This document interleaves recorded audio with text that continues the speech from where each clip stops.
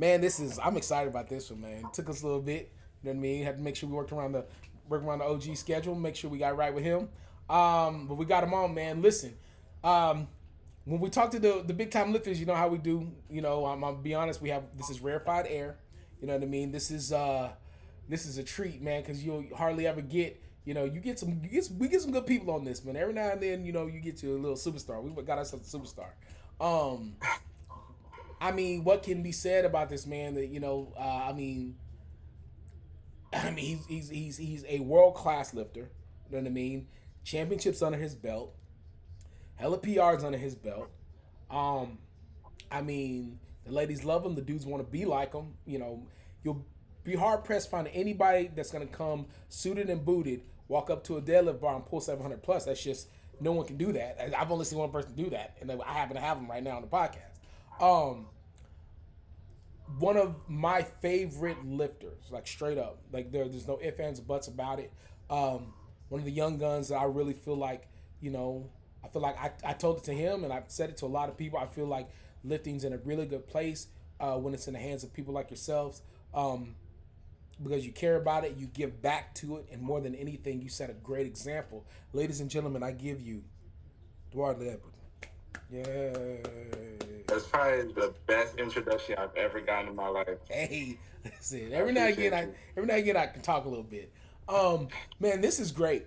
I mean, first and foremost, those listening, those watching, the man had a wedding, family wedding, and he found a way to pencil me in. You know, and I appreciate you for that. I won't take up too much of your time. Most people know if I have the opportunity to talk with you, I'm doing it from a place of love. I'm doing it from a place of being a fan. And more than anything, man, I just, you know, I feel like there's some people that don't get the shine that they deserve. I'm not saying that my platform is all of that in a bag of chips, but I do feel like if I have an opportunity, at least with my platform, to spread the word, spread the gospel, and talk about somebody that is super talented, that does a lot for the community, and more, you know, moreover, really sets this example that, you know what, this is the type of person, if you're going to follow anybody, this is the type of person to follow. You're going to try to emulate anybody, this is the person to emulate.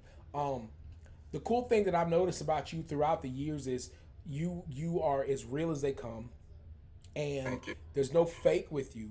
What you see is what you get. Now, we talked about this off camera, but now we're talking about it on camera. When I found out that you were Haitian, that's what I was like, that's why dude's the way he is. Man, listen, bro, that is my, it's crazy. And I'm gonna say it a million times. And I feel bad for you guys that listen to my Jonathan Averill podcast, because I said it a lot with him. When it comes to Haitians, you're not a loud people. You have this quiet, silent strength about you. But when you say something, it needs to be listened to. When you do something, it's 100%, and there's no if, ands, or buts or in betweens with y'all. I feel like culturally, there's a lot to be learned from the Haitian people, because y'all's culture is just different, man. Y'all are just, man, dude, it's crazy. Like, but you can always, you may not. I didn't know what it was about you that was different. Like, I know now. Like, once I found out you're Haitian, I'm like, oh, I know now. Like, one of my best friends is Haitian, and I'm like, all right, that makes way more sense, man. Because I couldn't really pinpoint it. So I guess my first question is, just give me a little rundown of your background, like where you come from, all that good stuff. Okay, so I was born in Haiti. I came to the U.S. around like 3 years old. Mm-hmm. Um, my background is pretty much what it is. Like, I follow the 3 L's. If you don't know, ask your friend. Lekol, Lakay, Legliz, which is literally school, house, and church. Yep. That's it. Um, and that's pretty much it. My parents are like mad strict, especially my dad. He loves lifting weights, so we'll do. Man works out more than me, which is crazy to this day. That's And crazy. he's about to be 57. Um, but that's pretty much the only thing he allowed me to do. Was just work out in the gym, and that's just because I could be under his eye. Yeah. So when I was 14, gym membership. That was it. Like it was over after that. I wanted to be better at sports. That's why I got it. Yeah, And it's like I fell out of love with sports, and I just wanted to be one of the biggest and baddest and when it that's came to like crazy. lifting weights. Right, right, right. So bodybuilding was like my first love, and then I slowly fell out of love with that just because of like I guess like my first my first bodybuilding competition I was supposed to do. I did 14 weeks of prepping, and it got canceled the week before. Oh, that's a cold lick. I was just like, you know what? I'm trying something new. And Travis Rogers, Papa Bear Rogers, I was doing community service at my old high school, and he was a strength and conditioning teacher. And he introduced me to powerlifting. And ever since then, it was just like, all right, this is pretty cool. You can't bench, I can't squat. Let's just train together. Yeah, Um, and it was just that until I did my first powerlifting meet, and then I was studying um, the different people that had like platforms of their own, like Russ, and then Chance Mitchell. There's like so many different people, yeah, and just learning by myself before I got my own coach. And before I got my own coach, I did like 2 powerlifting meets, and I remember CT saying it to this day, like I was just strong with. I just wasn't refined. yeah. Like I had no cues, nothing. Yeah, so I made everything a lot harder than it needed to be. Absolutely. Um, but yeah, I did that while I was in college. I met you around that Yeah, time, going to nationals. Um, that's pretty much it. I'm here now. I think it's what 6 years of powerlifting, and every year it just continues to give me something to work for. absolutely. And I don't think for one moment I pretty much thought about quitting. Nah, man. I mean, you. I mean, I told you then. I'm gonna tell you now. Like, I mean, I feel like you're gonna be a champion. I really feel that way. Like, you have the work ethic. You have you have the makeup. You have all the makings of a champion. You know what I mean? It's just when that time comes, you know what I mean. Like, you'll be ready. And I think that's been the again, being one of the old heads, kind of like watching over what you new cats is doing. I'm like, you know what, like, it's in good hands because I feel like slowly but surely the right people are getting the shine. The right people are being noticed, and not only are you being noticed, but you're doing something positive with the platform you're giving, with the notoriety that you're giving. Um, and it took a little bit, bro. I'm telling you, it took a little bit. I mean, we still got a bunch of fakers out there. You know what I mean? We got a bunch of Yeah. weirdos. Bro, there's so many weirdos in the game. But slowly but surely, the real is starting to kind of work y'all's way to the top. And for me, it's like it's one of those things where, I mean, I've loved this sport. I've loved this game for so long, and I prayed over it. I prayed over the people within it, to the point where, like, man, is it ever going to happen where the real are actually going to be recognized? There was a point in time back in the day where, like, you know what, bro, the real are being recognized. And then, as the popularity grows, you start getting weirdos in the game. It just is what it is. But then this crop of new jacks came in, yourself included, that was just like, you were raw, you were talented, you were real, and you were just good people. And it took a little bit for people to recognize, hey man, even good people are strong. They're probably the stronger people, the good people. And man, now it's like you guys are being given this platform, and you're really you're showing out. You're doing great with what you have. Um, I want to take it back a little bit to that first meet. Um, like, what was that like, that first meet? Going in, and I mean, clearly, you weren't 100% primed up for it, but it was like, what, this is my first time. Let's get it going. Let's take us back to that first meet. What was that like? So I did an RPS meet. Mm-hmm. That I can't really count. But we'll talk about the Warhouse meet that I did. That was like just me. Um, it felt good. I mean, I was pretty much excited. I seen Travis compete so many times, and I Yeah, did that RPS meet. Uh, RPS, as you already know, it doesn't necessarily have like what the USAPL look yeah. for. Didn't have the strictest There's some standards. calls that probably shouldn't have Yeah, went through or whatever. So USAPL is like, it was the standard for a long time. yeah, And within that, it was just like I wasn't ready Right. necessarily because like there were certain rules I got hit with, such as I remember my biggest squat of that day was like 585, I believe, Yeah. and the head ref gave me the call to squat, and I remember moving my right foot, and then I squatted after the command, and I came up, grinded everything. I thought it was good, but because I moved that right Yep. foot, Got it red was light. already like across the board. Yeah, bro. Like, it's just weird because you look back on it, you're like, at the time, you're like, come on, man. Like, I just put everything I Mm-hmm. had into that. And then you go back and you look, you're like, you know what, though? I get it. You know what I mean? Because it wasn't something that killed me. It was definitely something that made me stronger, that made me smarter. And it's one of those things where you don't, obviously you don't repeat that mistake again. But I mean, if you don't know the rules, you don't know the rules. Girl, I didn't know anything, bro. I didn't know anything when I first meet. I was borrowing stuff from everybody. You know what I mean? Like Mm-hmm. I didn't know. I didn't have a belt. I didn't have shoes.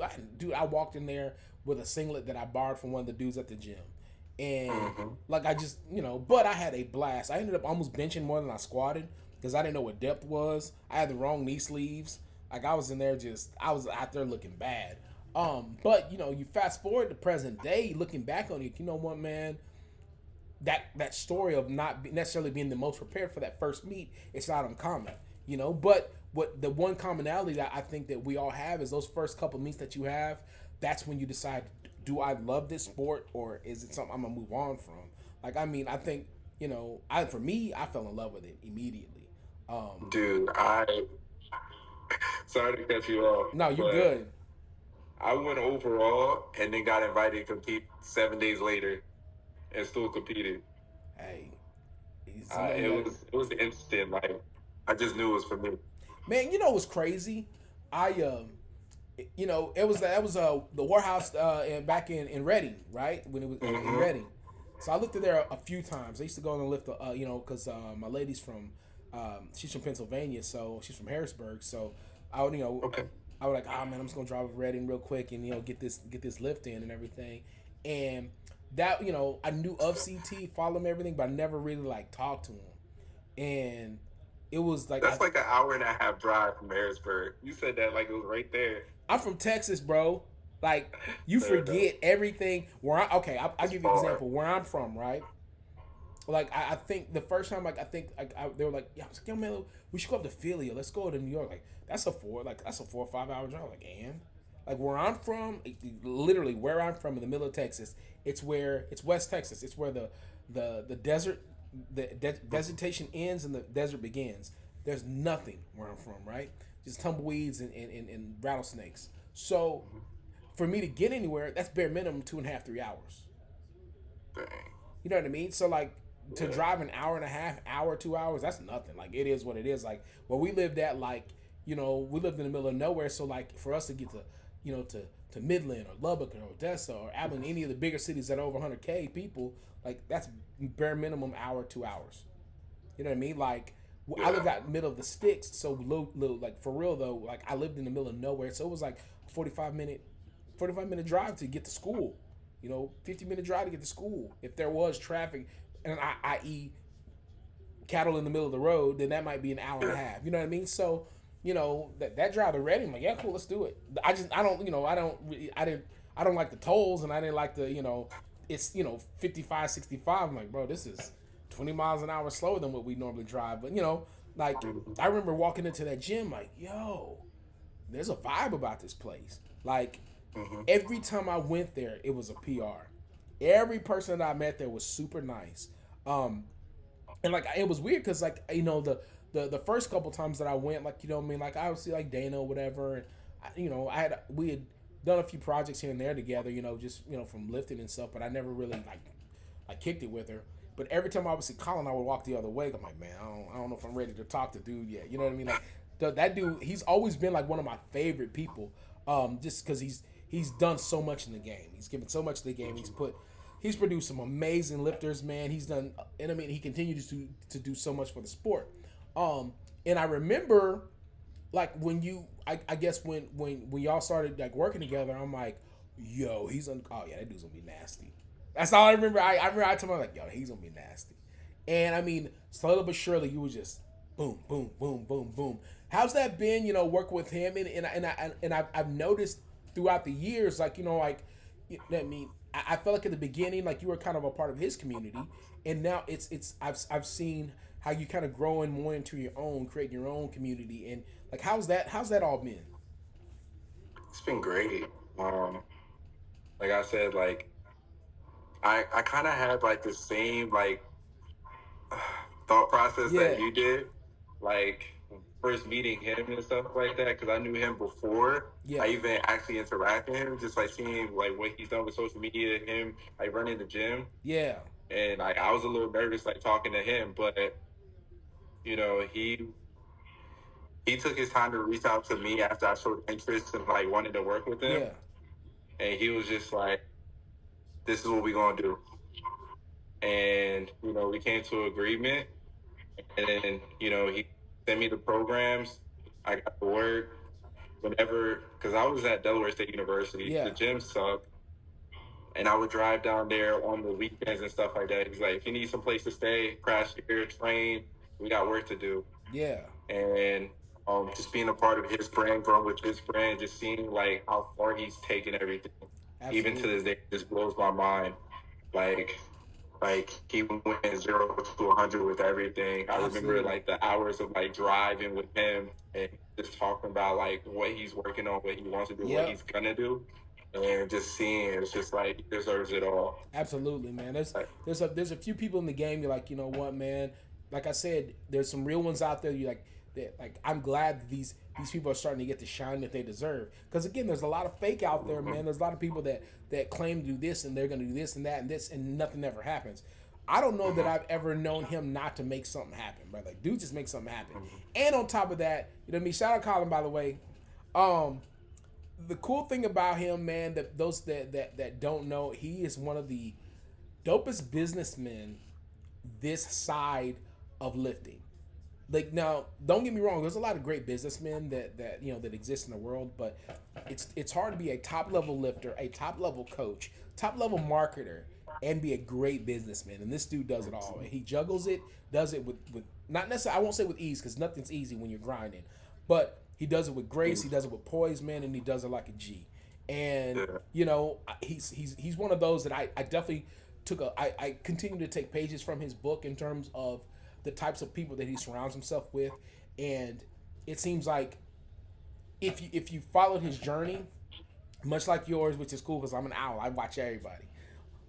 You see that he's made purposeful selections in terms of people that he surrounds himself with, and every single one of y'all dudes are hungry to be successful, and at the same time, you guys all have this want and desire for the person next to you to be just as successful as you want them to be.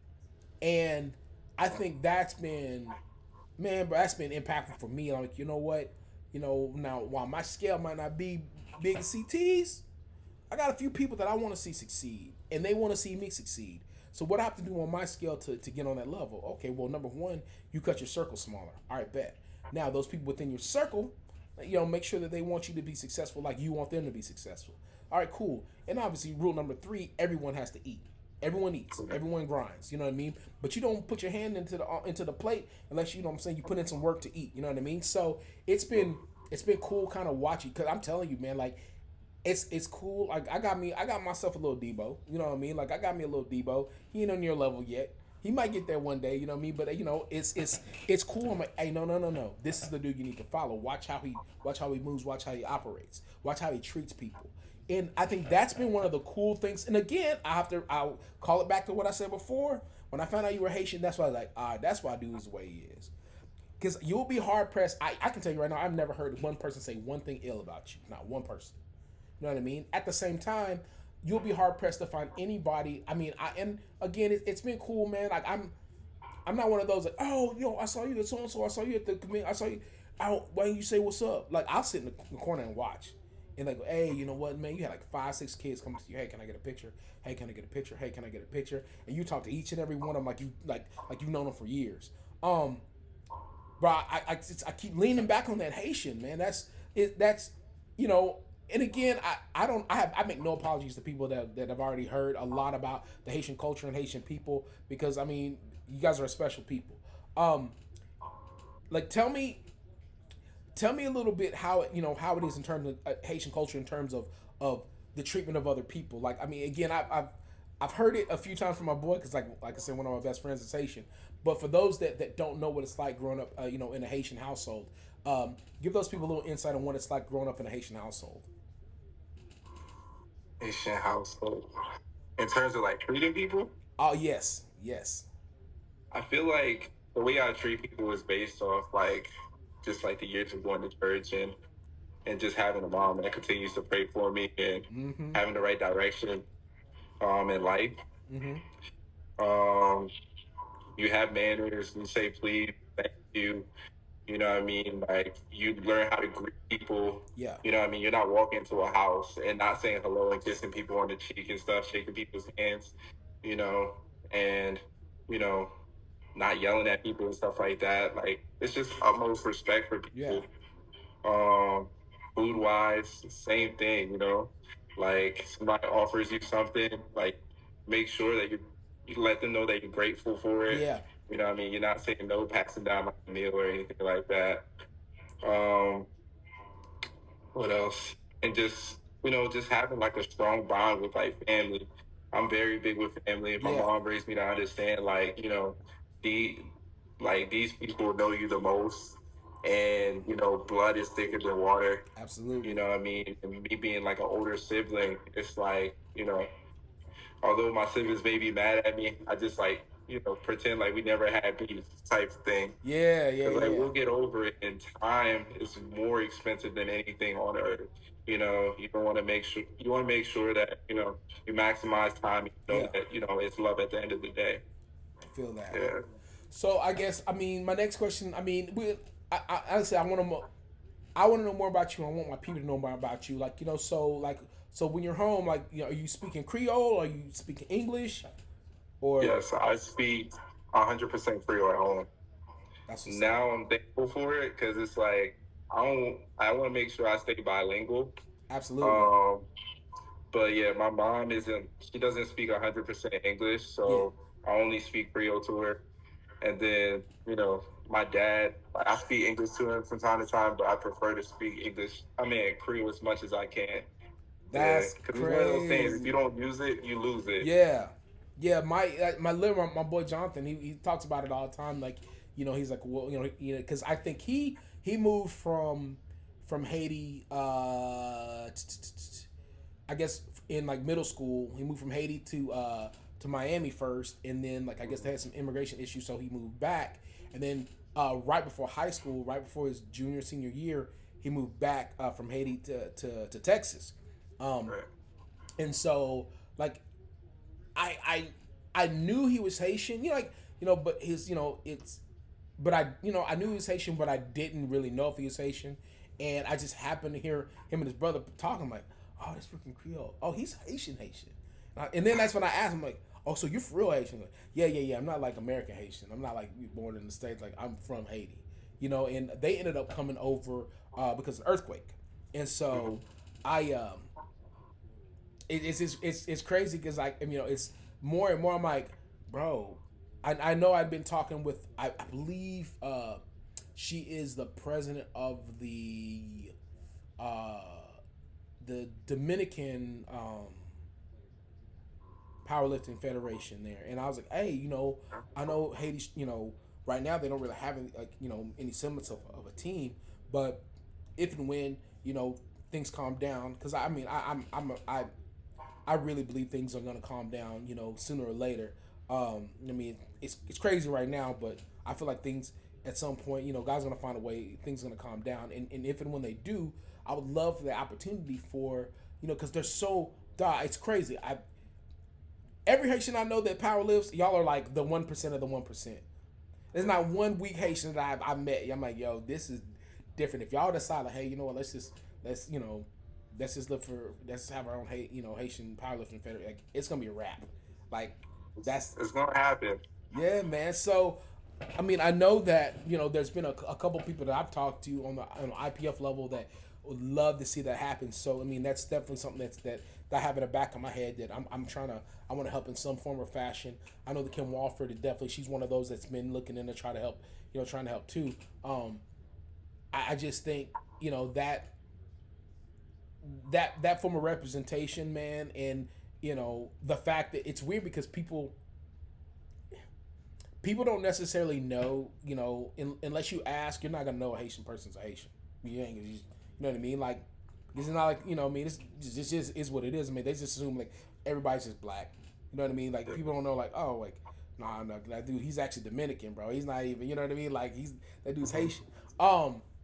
But I'm excited. I'm that's one of the things I'm super excited about. It's been written on my vision board for almost better half of a year now. It's like do what I can to try to help. Not necessarily spearhead it, but in my way of contributing to that happening, man. Because I would love to see you guys, with your own flag, with your own, you know what I mean, like with your own representation. Like, hey, you know what?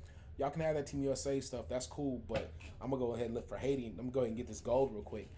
Which it's crazy because if that happens, we're taking a hit at least with the three people that I know. You know what I mean? It's gonna be gold with three people at least. Um, so what's like I said, you had said earlier that you're gonna go you're gonna be lifting in Carolina. You have what's training been like since nationals? Uh, I'm healthy. Let's put it like that. Facts, facts, facts. Um, I got a lot on my plate. I Mm-hmm. work a lot of hours. Yeah. Um, Lots of clients, and I also work as an operations analyst as well as at a bank. Uh huh. So 9 to 5, and then by 6 to whenever, and then I train right after that, and then all over All again. over So again. sometimes I don't get to bed till like 1, 2 o'clock in the morning. Dang. So Yeah. here's my question then. When do you take a break? Do you ever take a break? Do you give yourself a chance to take a break? No, I don't. I don't. Breaks for me are spending time with family. I feel Right that. now, I'm in Charlotte, playing for that, and then Monday we right back. Okay, here's my next question. I'm about to hit you with a bunch of them now. So, what's your recovery looking like right now? I'm eating, um, but to say that I'm maximizing recovery like I should, it's not there. I'm not getting my 8 to 9 hours of sleep, but to be honest, my strength hasn't taken a hit. Yeah. So I'm doing what I can. Yeah. Stress levels are low. Okay, that was gonna be my next question. How are stress levels? I mean, because it sounds like you have a lot of stressors, but if you're the type of person that you don't let a lot of stuff get to you, then if you're naturally one of those persons like I just let it slide off my back, then that's you're mentally in a really good spot.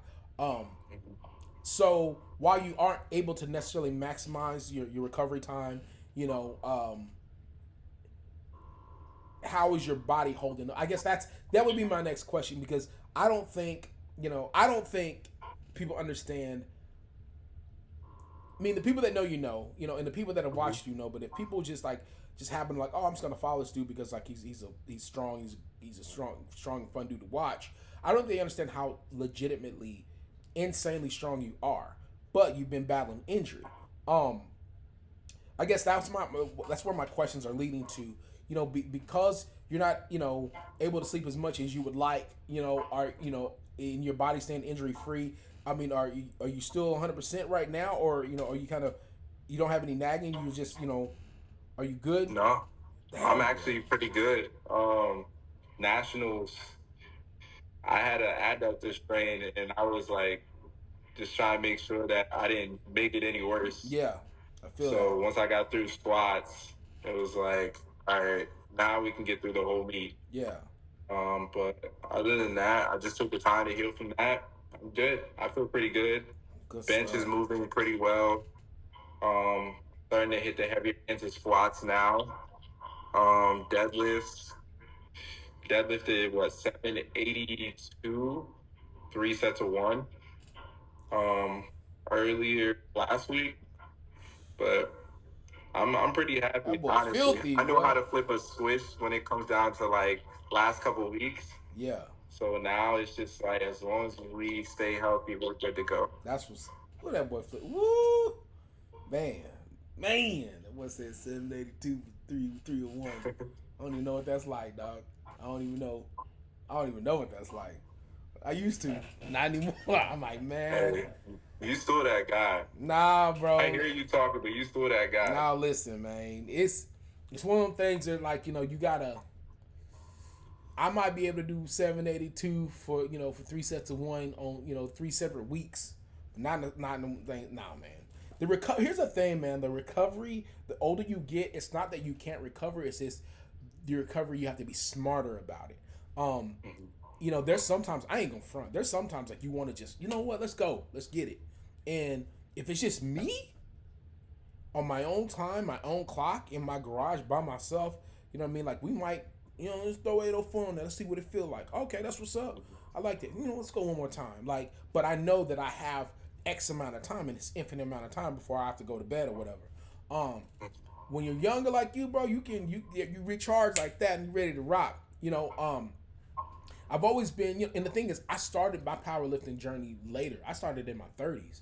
You know what I mean? So I was already on that tail end of like, hey man, you got to be smart about your recovery because I'd already done all the professional balling and track and all that stuff. So I mean, my time of recovering like Wolverine, that went on behind me. Now in terms of getting stronger, that's never been an issue at all. Like I was at my strongest when on my 40th birthday. I'm like, yo, now I'm doing the weight that I wrote on a piece of paper, plus more. So, but it's one of those things where that recovery and that stress in that recovery, at least for me, is such a priority because I know that I can't heal as quickly as you. You know what I mean? I know that you give me 782, I'm gonna do it, but it might be the last time I do it for what I'm saying, for 2 or 3 weeks. So Right. it's impressive. Mind you, we talk about 782 like it's just whatever, dog. That's not whatever weight. You know what I mean? Which is nuts when we think about it. Hey, You moving when you different, man. train at Power Build, sometimes you forget that until you go to like a regular commercial gym. Mm-hmm. Now y'all got some dogs in there, you know what I mean? But that's the thing, like you're one of the top dogs. So it's like, you know what I mean? Like the tone is being set and that's what you do. That's the one thing I miss about training at a gym with a lot of people, a lot of strong people, because you know what I mean, you're around people that everybody's trying to get it, everybody's trying to eat. And you know what I mean? It don't matter if you're 20 something, 30 something, 40 something, like ain't no excuse, either you're strong or you're not. And that rising tide just raises all ships. And and then when everybody decides, all right, I got my meat, I got my USPA meat, I got my USAPL meat, I got my powerlifting American meat, it don't matter. Everybody's coming back with a dub because everybody's been killing it. That tone that you guys set there at Power Build, man. I mean, it's unlike any. Honestly, man, what CT's been able to build there. Multiple locations, mind you. He's built something special, but that gym that you guys are at, bro, that one is just like, hey, if you ain't ready, don't walk into those doors. There's been a couple times I've hit call him, hey man, I'm in town, I'm gonna come and get one in. He goes, yeah man, come on in, everybody be here. Like, well, yeah, okay, bet. Man, I'll hop in the car. I'm like, nah, I ain't ready for that.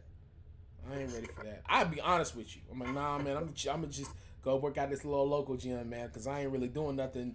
You know what I mean? Like the last I trained anywhere, like legit was like when he was working at at Warehouse, and I mean I think I did like 705 or something like that. I don't even remember. I'm like, all right, that's cool. And I look over, somebody's like moving 8 like it's like RPE 6. I'm like, all right, I got work to do. What's it like training at a gym like that where like you guys are the top dogs, where you guys are setting the tone? What's that like? Um, it feels like home, to be honest. Yeah, Like, um, honestly, it feels like home. I know everybody.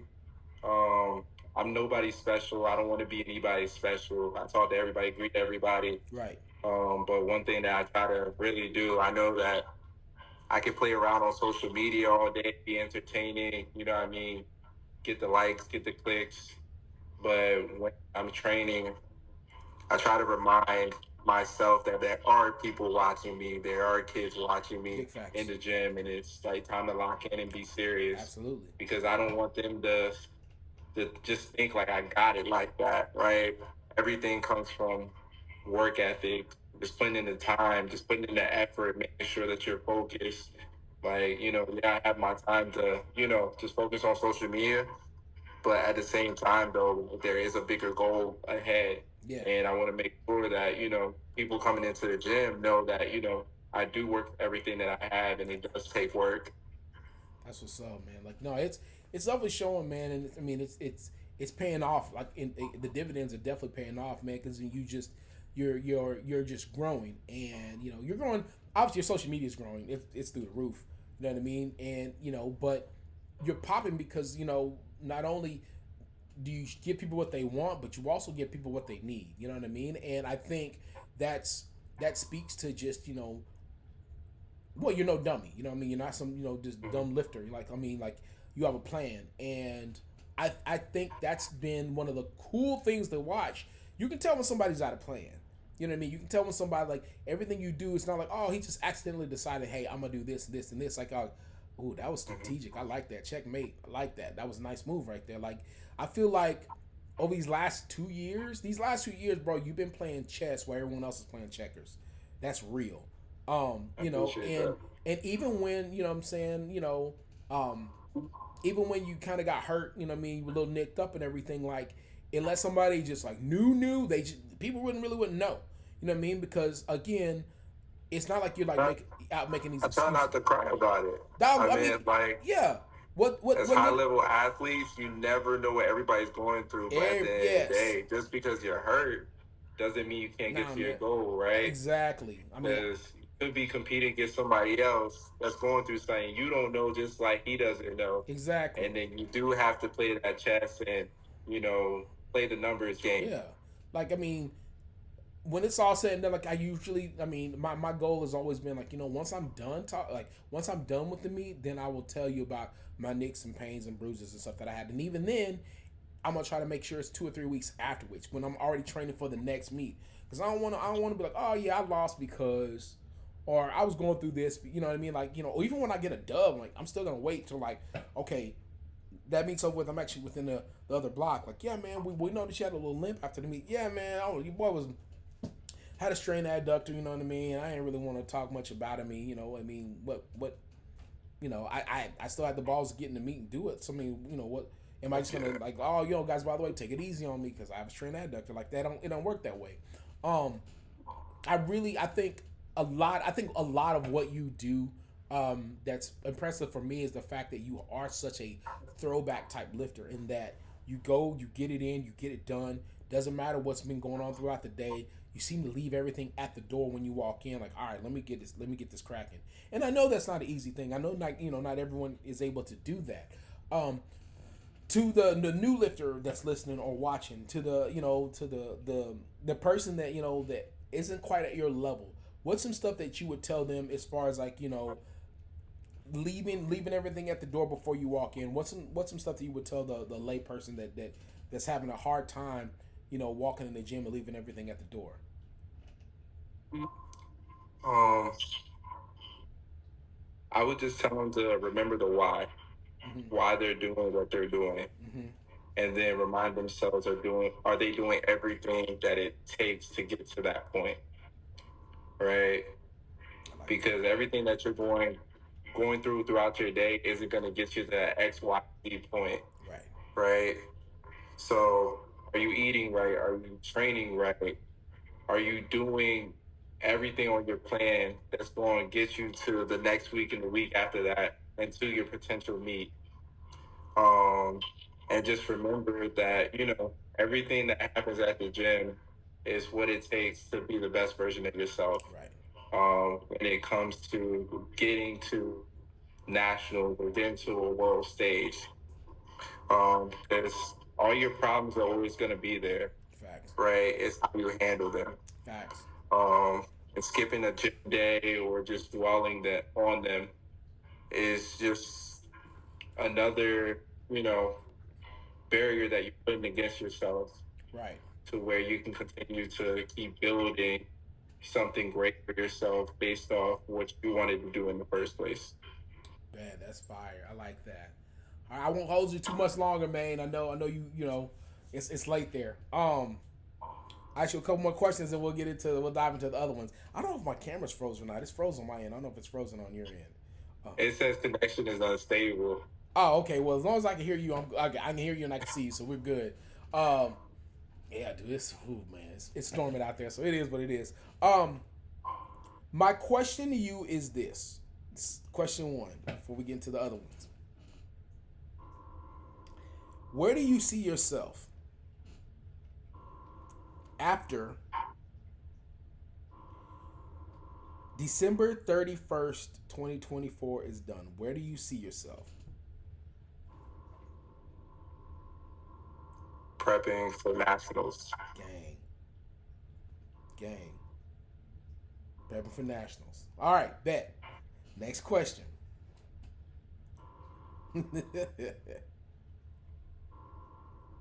You have a lifter in the middle of a meet. Coach, I don't know what I got. I don't know what's going on.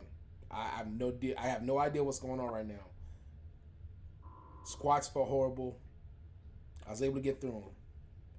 Bench felt horrible, but I was able to get through them. So far, I've only got my opener and my deadlift. I missed the second.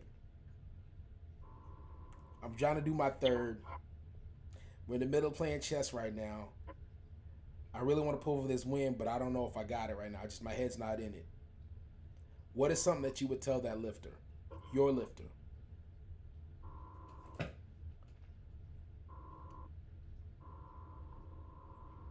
I put you on the spot, doggy.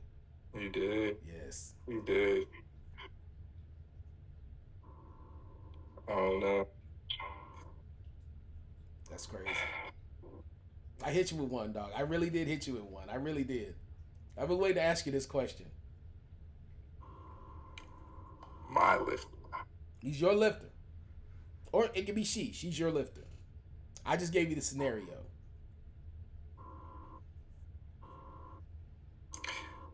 I don't know. I would tell you what CT would tell me. if I would say some mess like that, he'll basically tell me I didn't know you to be a quitter. Gang. Like, are you built to win or are you built to lose? Ooh. Go out there and do what you set out to do and get that shit done. That's fire. I ain't gonna lie to you, man. That's happened to me a couple times. You know, where they're just so emotionally drained from the meet.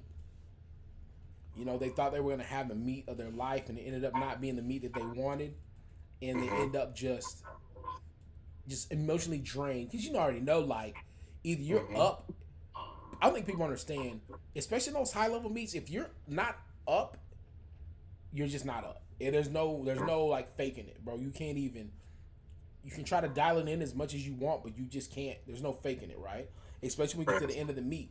When you get to those final pulls, man, and you know you see coach running up and down and around. They're trying to play chess. They got 2 or 3 slips in their hand because you know, hey, we might go up, we might bump down. We got 2 changes. You know, they're doing all that crazy stuff, man, and you're sitting there like, dog, I just want to get out of here. I want to just make this pull and get out of here. You know, like at that point, you already know, like if I pull and I make this pull, then you know what I mean. Either boys got to pull more than me or I win. One of the two, you know what I mean? For me, I've been so emotionally drained in those moments. You know, I'm like, I don't even want to know. Just tell me when it's time for me to go out there. I walk out there and I pull it. That's all I want to do. Don't need to know what it is. I don't want to know what it is. Are you one of those? You don't even want to know what it is? Just let's put it on. Let me go. Nah. American Pro, I didn't even know I deadlifted 810 till after. Yeah. That's, bro, I don't even, you know, something that I ain't gonna lie, people think I'm stupid about it, but I still carry on my calculator. It's weird because I memorize it at meets. It just naturally happens because I think I'm okay with numbers, but I purposely do not try to memorize kilos. I try not to memorize that conversion at all so that I'm just dumb when I go to meets. I don't want to know. I just want to go in there. Now, just adding colors. I'm like, hey, just give me 6 reds in a green. I know it's a lot of weight. I don't know how much it is. I don't need to know specifics since I don't want to get in my head. Now, if you tell me, hey, throw them pounds on, I'm gonna tell you exactly what it is. But I just, for my people, I'm good with it. But when I start lifting, I try to dumb myself down. I just want to be an athlete, bro. I want to be just a caveman out there. You know what I mean? Like, just give me the weight, let me do what I do. Right. And I just want to, I want to have a good time, laugh, talk with everybody. Like, I low key want to be surprised when it's my turn to go. So, bro, I legit. If we ever get to lift together, you'll know exactly what I'm talking about. Cause I'll be right next to you, like, talk. Man, you know what? They're talking about I gotta do this tomorrow. No, yeah, man. Oh, it's my turn. I'll be right back. And I promise you, you'll be pulling after me. So we're gonna have much time to talk. I promise you that. I ain't gonna be pulling no 8-10. I promise you that. I'll be talking. I'm like, yeah, boy, they were talking about I do this and I do this. I don't really know about all that. Oh, hold on, I'll be right back. I'm gonna go lift real fast. And I'll go and I'll pull. I'll come back and I start chatting it up. You know what I mean? Like I have my speaker in the back. You know what I mean? I'm playing whatever. You know what I mean? Like most likely it'll be if I end up healthy enough to lift at national next year, it's probably gonna be all Chief Keef.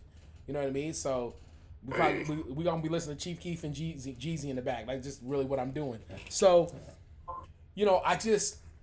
I enjoy those moments, but the one thing I do not enjoy is calculating numbers in my head when I'm lifting. I don't want to do any of that.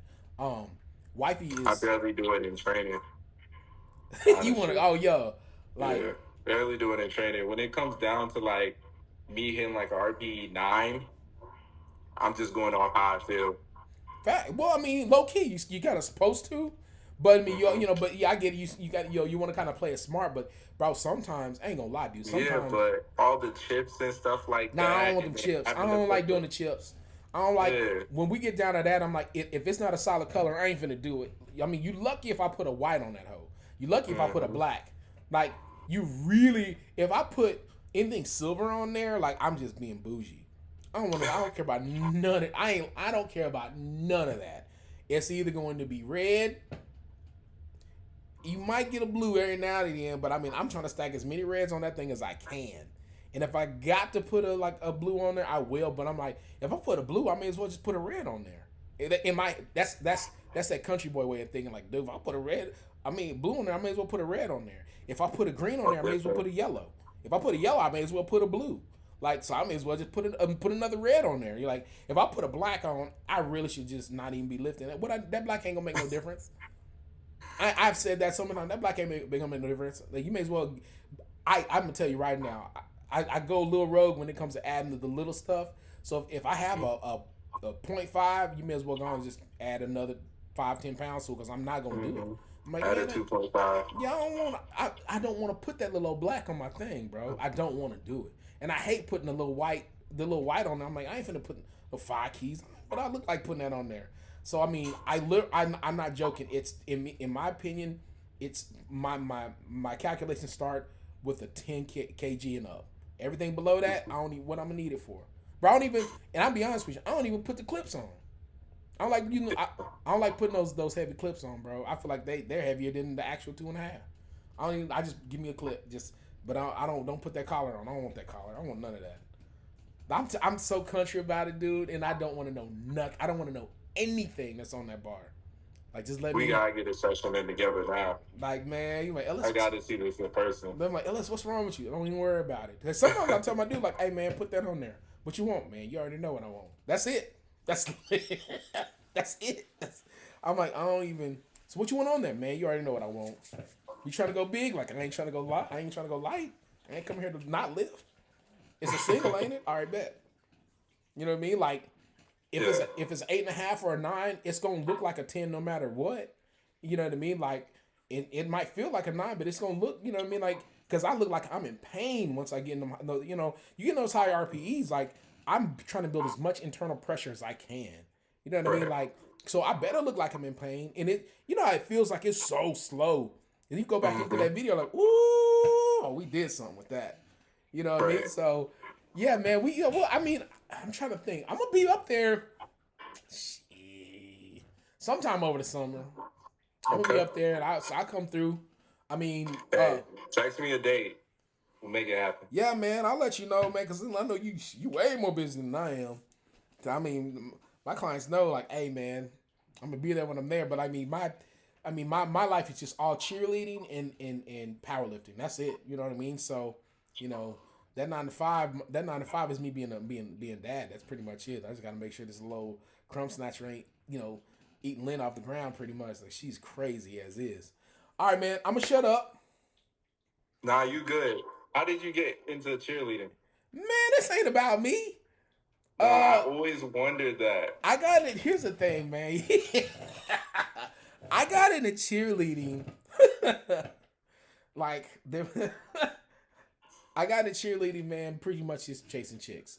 My sister was a cheerleader. She was like Olympic level gymnast, and she cheered all that good stuff. And so like I would try to learn some of the tumbling, off of her. But when I got into college, my sophomore junior year, my best friend actually he was at a smaller school. He started cheering and playing football.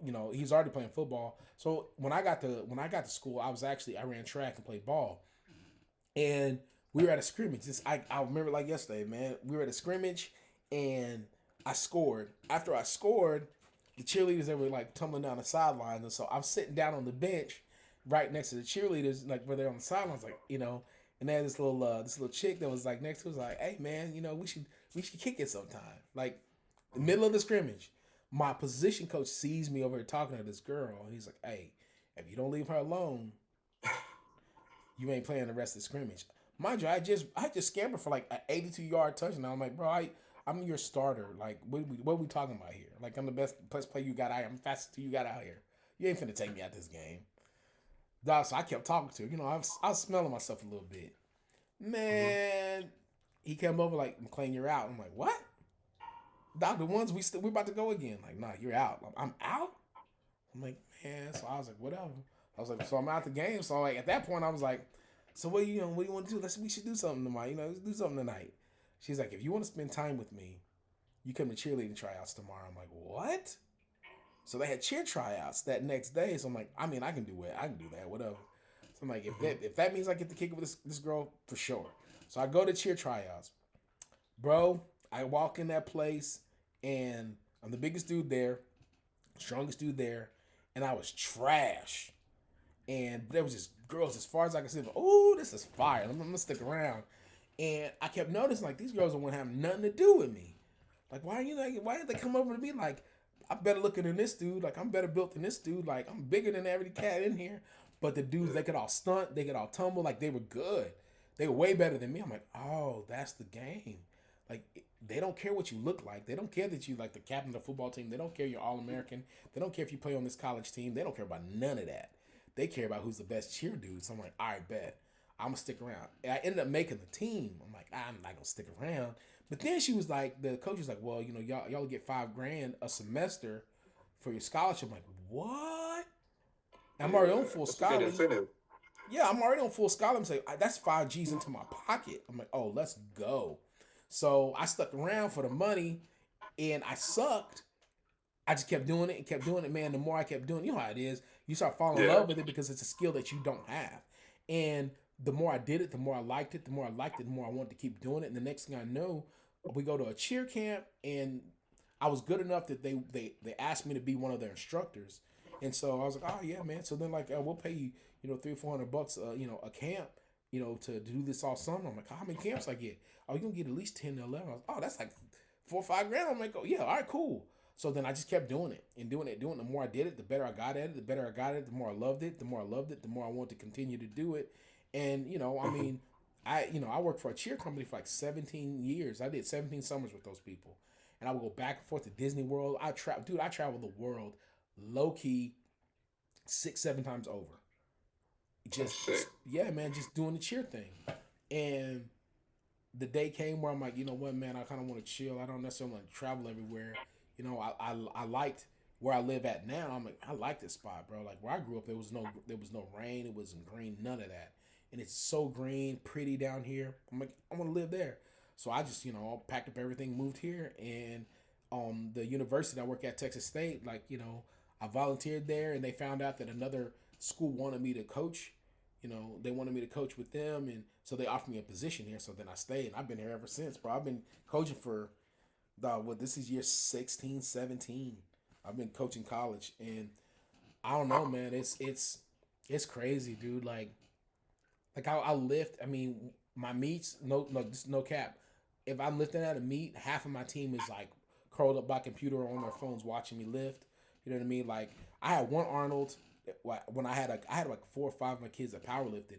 So I was like, all right, Mm-hmm. man, this is what we're gonna do for powerlifting. Like when I go up, I'm gonna do a sign to you guys. And you know that's for you guys. You know what I mean? So like I walk up, man, and I would do like a little, little sign with my head or my hands or whatever. Like, hey, so my kids knew like this is for you guys. There, this opening bench is for you guys. You know what I mean? Like, hey, this opening squat is for you guys. But dude, I mean, because of cheerleading actually got me into powerlifting coaching. You know what I mean? So it's been because I was making programs for my kids to get them stronger. But I was giving them Mm-hmm. away.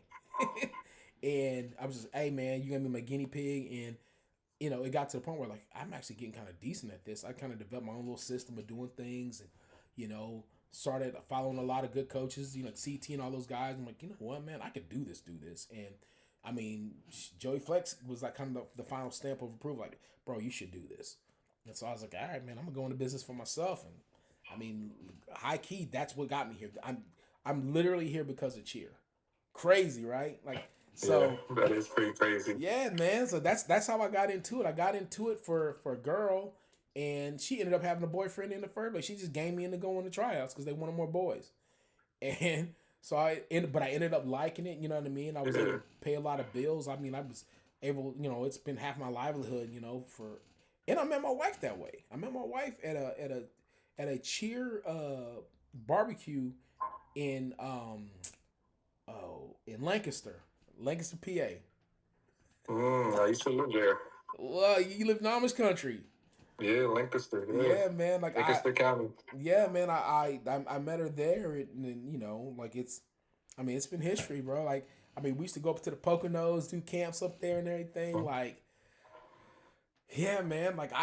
This is crazy, man. Like, so it's been, it's been what we've been together for what 12, 13 years now, man, and Wow. all because of cheer, and. I mean, she handles me at all my meets, all that stuff, dude. Like powerlifting, you know how it is, dude. It's a family Yeah. business now, man.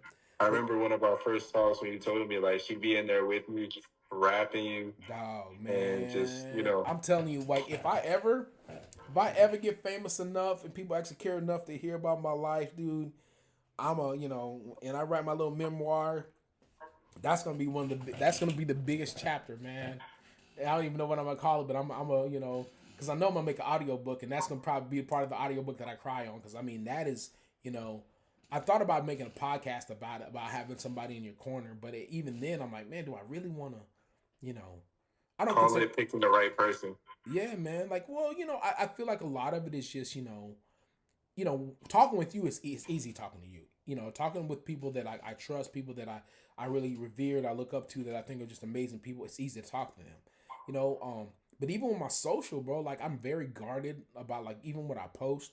You know what I mean? Because I just, with the family and everything, I'm like, man, I really want these people to know about my life? But then I notice the people that share a little bit more. I mean, not everybody, but the people that share a little bit more than I do, they tend to have a better following because people feel like, oh, I know them better. Me, I'm not Right. necessarily a private person. But I'm like, well, I know my wife's a principal. I don't necessarily want my decisions and stuff that I do to affect her job. I mean, I'm a father, bro. Like, so I don't want my baby all out there. You know what I mean? Like, so like I try to be a bit guarded. And I'm like, you know, what do I look like? I low key had to ask my home. I'm like, hey man, what do I look like being a 40+ year old man? Like worried about how many followers I have, or how many likes I have. Like, does that look desperate? Does that look dumb? He's like, I'm gonna ask you a legit question. He's like, do you get paid by people that follow you? I'm like, well, I mean, yeah, I mean that exposure leads to more clientele, and he goes, well, then yeah, you don't look stupid at all because if more following translates to more eyes translate to more clientele, then no, you're not dumb for it. You don't look desperate for it, and it's not like you're like thirsting for likes. You're not like thirst trapping. Like you know, you're just trying to get information out there. Like so I think my biggest thing is not being as guarded, but at the same time, like maybe opening up the blinds a little bit more. Um, Mhm. I wish I could be like y'all. Like y'all so natural with it, bro. Like it's so.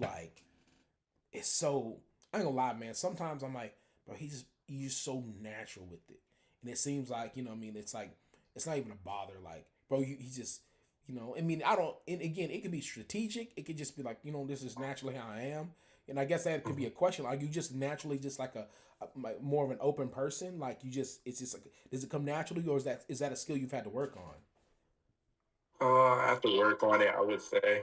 Talking on my social media, on my stories is something that I still work on. But sharing like my life and like the things that I do, it feels good when like people come up to me and just talk to me and let me know how much of an impact that I've had on them, whether it's like them in the gym or their personal life with inspiring them to do something new or even like going to school. So like hearing stuff like that, it just like it just makes you want to keep going. Right.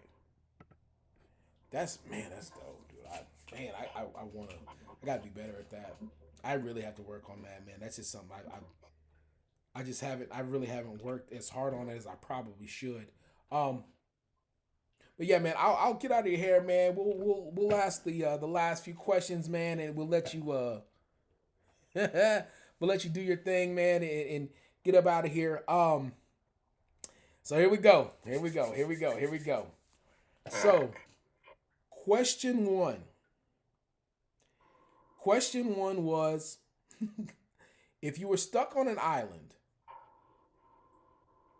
what are three things that you would take with you? I would say probably an AR, but I would need bullets. So maybe like a long knife to Okay. like hunt. I might have to eat.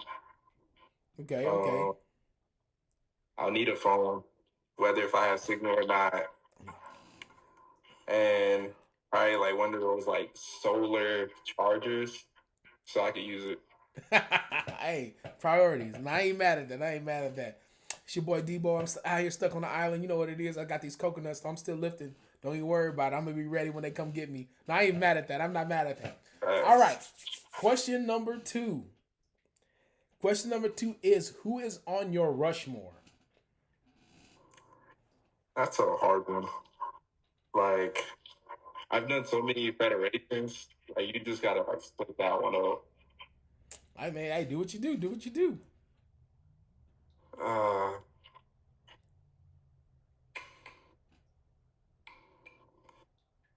uh, And it doesn't have to be just lifting. It could be life Rushmore. It could be any. Yeah, it could be anything.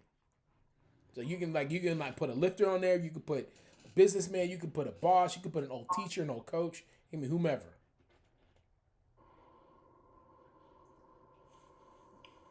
okay, okay, we could split it up like that. Um, I would definitely have to put CT on there. CT the goat. And just put powerlifting in general. Um,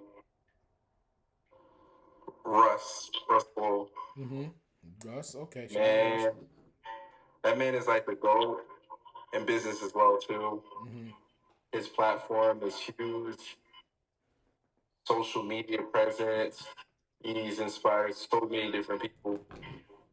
Um, just continues to thrive, and business for him is just priority number one. Right. Lifting is priority number one. He just gets things done. Um,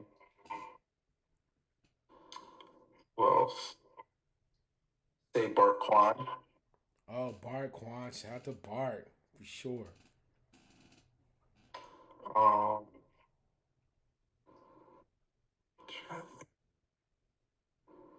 John Hatt.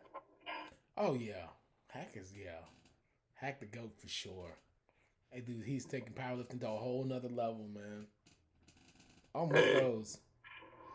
CT, Russ, Bart, John. You got that royalty up there. I ain't even mad at that. All right, all right, all right. I can't be mad at any of those. All right, so last question. Last question. In an alley, dead or alive, the only way you make it out is you have to perform 15 seconds of a song, word for word, bar for bar. Can you do that? Is there a song that you know at least 15 seconds of, word for word, bar for bar? Yes or no? yeah, a Awesome. Millie for sure. All right, so I will give you 15 seconds. The floor is yours. Whenever you're ready, I'll start the timer. I got the timer ready. I'm ready when you're ready. You gonna let me know when to stop? Oh yeah, absolutely. You know what I mean? I mean, if you hit a nice little pocket, I might let you keep going. But no, I wouldn't do you like that. I wouldn't do you like that. All right, let me know when you're ready. I'm ready. Alright. A millionaire. I'm a young money millionaire, tougher than Nigerian hair. My my cartoon parody of careers is impaired. A venereal disease like a menstrual bleed. Done. My pencil You're done. candy. That's it. You made it. You made it. And like that, we did that. I think So, those were the words. nah, you good, man. If I get this thing to stop now, my man. So I totally appreciate you, man. Like, I can't even thank you enough for this, man. Like I've been wanting to get you on. I appreciate you allowing me to have you on, man. I'll get this thing out to the people ASAP. For those of the people that are living on a rock that want to find you, where would they be able to reach you? You can find me on Instagram at Debo_flex. Yes, sir. Man, dude, Dwardly, you are a gentleman. You are a scholar.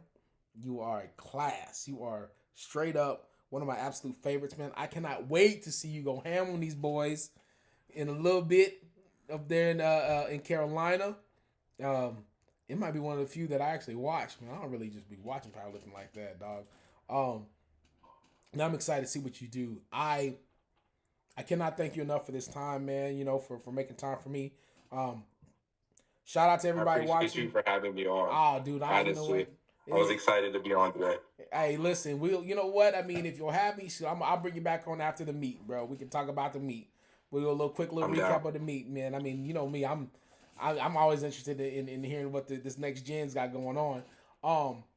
Everybody, man, shout out everyone to listen, man. Shout out everyone that's gonna watch. Obviously, shout out Debo Flex for gracing us with his presence, man. Shout out to the sponsor BPN. We appreciate you. You know, you keep my head right, you keep my body tight. Everybody watching, everybody listening, like, comment, subscribe. You know how it goes. I'm LS. This has been the Corner of the Circle, and this, my friends, is Dwardly Edward, Mr. Debo_Flex.